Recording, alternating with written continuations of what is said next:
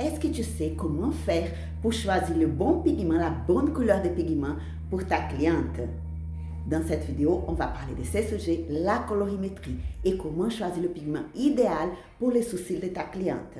Je m'appelle Danielle Perrier, je suis trainer des Art Academy et je suis ici pour t'aider à bien progresser dans la profession du maquillage permanent.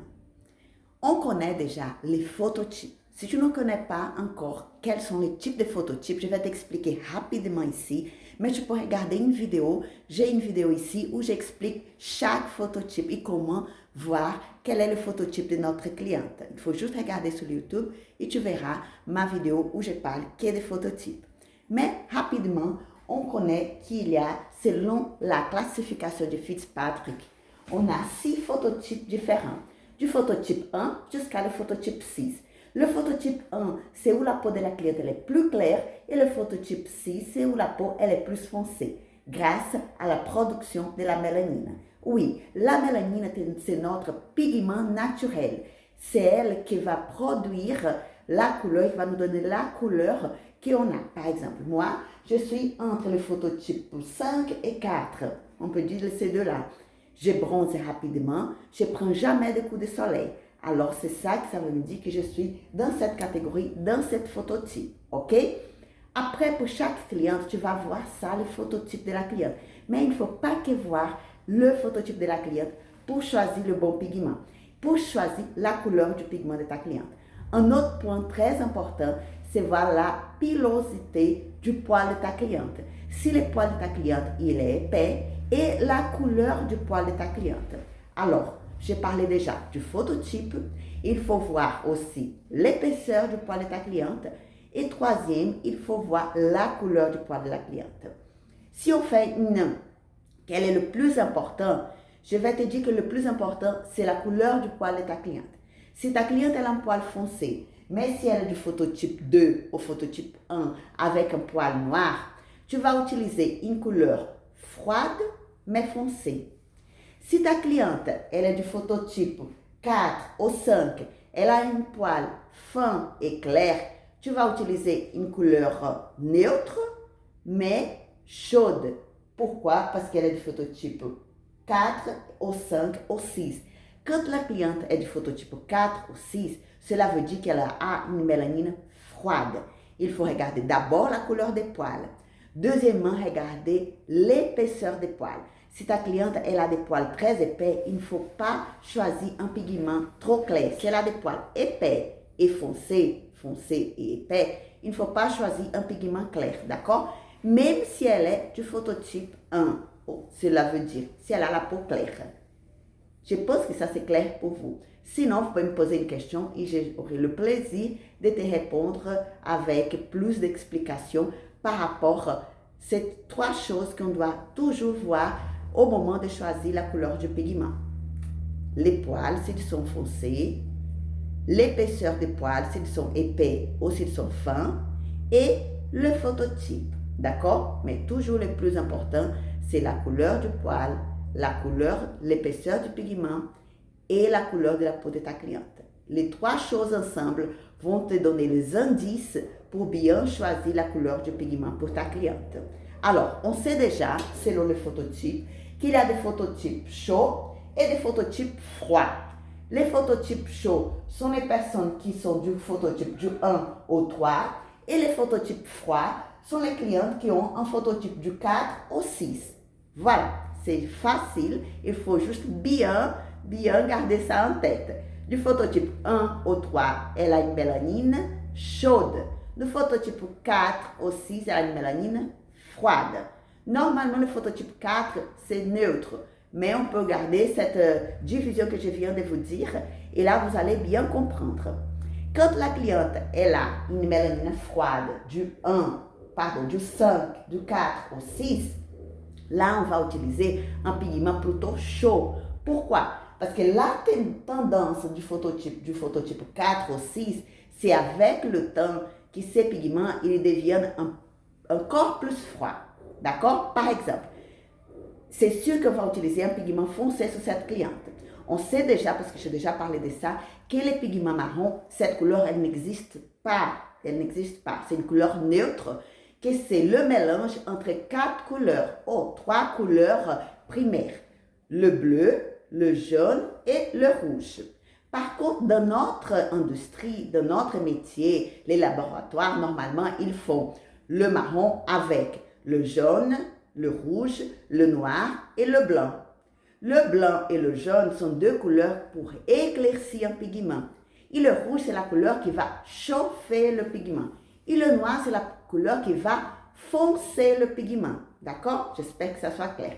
En sachant, hein, une petite astérisque là pour expliquer ça, le noir, c'est une couleur aussi qui c'est la jonction, c'est le mélange du rouge, noir et jaune aussi. Ah oui, le noir, c'est le mélange de ces 3 couleurs.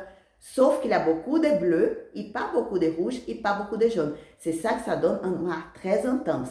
OK? Et c'est pour ça aussi qu'on ne va jamais utiliser que le noir pour un sourcil. Même si la cliente elle a un phototype 6, il ne faut pas utiliser la couleur noire, d'accord? Là, c'est interdit d'utiliser la couleur noire pure parce que la cliente elle a un phototype 6, qu'elle a la peau foncée. Non, pas du tout, d'accord? Et même si la cliente numéro là, du phototype 3, si elle a les poils très foncés et elle veut une couleur noire, non, il ne faut jamais utiliser une couleur. Ça peu importe le phototype de la cliente, tu ne vas jamais utiliser une couleur noire pure pour les sourcils. Sinon, rapidement, elle aura des sourcils un peu bleus ou sinon gris très très foncés. Alors non, d'accord? Quand on parle des phototypes, on sait qu'il y a les phototypes chauds, que j'ai déjà parlé, et les phototypes froids. Alors, il faut juste avoir cette règle dans ta tête. Pour toutes tes clientes qui sont du phototype 1, peu très clair, 2 et 3, tu vas choisir un pigment froid. Il peut être foncé, mais froid. Ah Danielle, comment un pigment il peut être froid et foncé? C'est juste qu'il va avoir plus de noir et plus de jaune dans son mélange et moins de rouge. Tu verras, on va faire un petit test de pigments et tu verras que le fond, que la base de ces pigments, c'est le noir et le jaune, pas le rouge. C'est pour ça que si ta cliente, hein, la première chose, si ta cliente, elle a les poils foncés, épais et elle est un de ces 3 phototypes, le pigment que tu vas choisir, c'est un pigment froid et foncé. Dans ces pigments, tu vas voir la plupart des pigments, la couleur, elle va être plus importante du noir et du jaune et pas beaucoup de rouge. Dans l'exercice qu'on va faire dans quelques minutes, tu verras comment tu peux voir la base du pigment. Si elle a une base foncée ou si elle a une base chaude ou une base claire. D'accord? Si ta cliente, elle a un de ces 3 phototypes, mais elle a les poils très clairs et très fins, tu vas utiliser un pigment clair et froid. Cela veut dire qu'il y aura un peu de noir, un peu de rouge et beaucoup de jaune. Beaucoup de jaune. En parlant de gouttes, si on fait un exemple comme ça, c'est comme si tu avais un pigment qui a une goutte de noir, une goutte de rouge et 3 gouttes de jaune. C'est pas que tu vas mélanger les 3 couleurs, hein? C'est juste une idée. C'est comme si tu imaginais le pigment que tu prends, c'est un pigment froid et clair, et tu verras que la base, c'est une base jaune. Au moment qu'on ouvre ces pigments, qu'on va faire cet exercice, tu verras que tu vas avoir plus de jaune que de noir ou de rouge. D'accord? Si ta cliente, par contre, elle a la peau claire, mais elle est rousse, elle a les cheveux rouges et les poils des sourcils de rouge aussi, là, tu vas choisir un pigment avec clair, mais avec une base rouge. Il va être plus chaud. Pourquoi? Parce qu'elle a les cheveux roux, elle a les poils roux. Alors, pour que ça puisse être par rapport à la couleur de ses poils, c'est ça que j'ai dit au début de cette vidéo, il faut toujours regarder la couleur des poils et l'épaisseur des poils. Là, tu vas choisir un pigment froid, mais avec une base chaude. Je pense que ça soit bien clair pour vous. Après, si on va parler des phototypes froids, qui c'est du phototype 4 au phototype 6. Du phototype 4 au 6, on a plutôt une mélanine froide. Je dirais que le phototype 4, c'est le type de phototype, c'est un peu neutre. Alors, je vais parler plutôt du phototype 5 et 6, d'accord? Le phototype 5 et 6 qui sont les brunes, moi je suis dans le phototype 5. 6 c'est vraiment un portrait plus foncé. Alors entre le phototype 5 et 6, il faut toujours utiliser un pigment qui a plus de rouge dans sa composition. Ok? Ah Daniel, le pigment qui a beaucoup de rouge n'est pas assez foncé. Alors tu vas foncer un peu ce pigment avec un pigment très foncé. Pour ce type de phototype, l'idéal, c'est de choisir un pigment foncé, mais chaud. Il va avoir beaucoup de noir et beaucoup de rouge.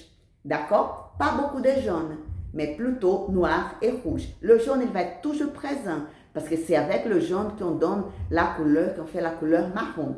Par contre, il va avoir beaucoup de noir et beaucoup de rouge. Ce sont les deux couleurs qui vont être plus présentes dans ces pigments, dans cette encre, pour utiliser sur une peau de phototype 5 et 6. Le phototype 4, tu peux aussi utiliser un pigment chaud et foncé. Si ta cliente elle a des poils foncés et épais. Si elle a des poils clairs et fins, là tu vas utiliser un pigment neutre. On a aussi des pigments neutres qui ont la même quantité de noir, la même quantité de rouge et la même quantité de jaune. D'accord? Alors, c'est pour le phototype 4, un pigment neutre où il a la même quantité de couleurs des pigments de la couleur noire, rouge et jaune, ou sinon blanc, parce qu'il a aussi la couleur blanche dans le mélange des pigments marrons. D'accord? Ça dépend du laboratoire, de la personne qui fabrique les pigments.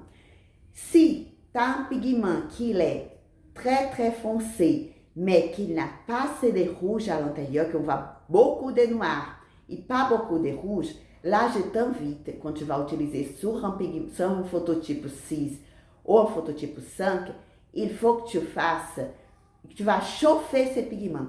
Comment je chauffe un pigment? Alors je te conseille toujours d'avoir avec toi un pigment qu'on appelle le correcteur. Le correcteur, c'est le pigment qui a que du rouge et du jaune à l'intérieur. C'est une couleur chaude. Quand il a que le rouge, plus de rouge et un peu de jaune, c'est une couleur chaude. C'est l'orange, mais ce n'est pas l'orange pur, d'accord? C'est un orange. Et c'est cette couleur que tu vas ajouter à ton pigment foncé. S'il est très très froid, c'est la juste beaucoup de noir pour qu'il soit un peu plus chaud. D'accord? C'est comme ça que tu vas choisir la bonne couleur pour le phototype de ta cliente. Encore une fois, je répète, il faut toujours regarder l'épaisseur et la couleur des poils. Même sur le phototype 6, on va trouver des personnes qui n'ont même pas de poils. Alors, Daniel, comment je vais choisir la couleur si elle n'a pas de poils? Là, tu vas choisir le pigment plus foncé et chaud pour un phototype 6 et 5. Pour le phototype 4, tu vas choisir un pigment neutre. Pour le phototype 1 ou 3, tu vas choisir un pigment froid et clair qui a plus de jaune dans sa composition. On va montrer maintenant dans la pratique avec les couleurs des pigments quels sont les pigments idéaux pour chaque type de peau. Qu'est-ce qu'il faut retenir de cette vidéo? Il faut bien retenir les deux choses. Les phototypes 1, 2, 3, qui sont les phototypes avec la peau, elle est chaude. Alors, il y a la mélanine chaude. Il faut utiliser un pigment froid. Daniel, quels sont les pigments froids? Je te conseille à utiliser pour les phototypes 1, 2, 3, les pigments hybrides ou sinon les pigments organiques. Soit les pigments hybrides, organiques ou inorganiques, ils font les trois types de pigments. Tu peux avoir des jolis marrons. Mais pour les phototypes 1, 2, 3, pour qu'ils puissent bien vieillir dans la peau de ta cliente, je te conseille de choisir un pigment hybride ou organique, d'accord? Pour les phototypes 4, 5, 6, qui sont des clientes qui ont une peau plus froide, qui sont des personnes avec la peau plus bronzée, comme je t'ai expliqué tout à l'heure. Pour ce type de clients, tu peux choisir soit un pigment hybride, soit un pigment organique, soit un pigment inorganique. Pourquoi? Parce que le pigment inorganique, il va vieillir plutôt chaud. Alors, si tu mets ça sur une personne qui a un phototype froid, une pigmentation, la mélanine froide, la pigmentation de la peau, elle est plutôt froide, là, c'est bon si tu utilises un pigment bien équilibré, sachant qu'il faut qu'un pigment que la couleur, que les trois couleurs, le noir, le rouge et le jaune, ils soient bien équilibrés. Comme ça, tu peux aussi utiliser un pigment inorganique. Alors, il faut bien retenir ça. Pigment chaud pour les phototypes 3, 4, pardon, 4, 5 et 6 et un pigment froid pour les phototypes 1, 2 et 3. Ok? Comme ça, tu n'auras pas de problème avec des viремents de couleurs. Parce qu'on sait que la plupart de nos clientes, elles ont peur de ça. Que le pigment soit il vire vers le rouge, soit il vire vers le gris. Avec le temps, tous les pigments, la couleur, elle va changer un peu. C'est pas qu'elle va changer, mais soit le rouge d'un côté, il va sortir, il aura un pigment plutôt froid avec le temps, vers le gris ou sinon un peu cendré. Soit c'est le noir et le jaune qui va partir plus rapidement quand c'est un pigment inorganique. Et là, tu auras une couleur plutôt chaude, soit orange, soit rose, soit rouge. Les clientes, elles ne veulent pas un sourcil rouge. Elles préfèrent avoir un sourcil avec le temps plutôt cendré. C'est pour ça qu'il faut bien choisir un pigment avec la durée, après la pigmentation, qu'il puisse virer vers une couleur cendrée, une couleur froide. J'espère que tu as bien aimé cette vidéo. J'espère que tu puisses bien progresser dans ta profession. Si tu as des questions, n'hésite pas à poser une question ici sur les commentaires. Moi, j'aurai le grand plaisir de te répondre. Et regarde aussi les autres vidéos où j'explique bien la différence entre les pigments organiques, inorganiques et hybrides. À très bientôt!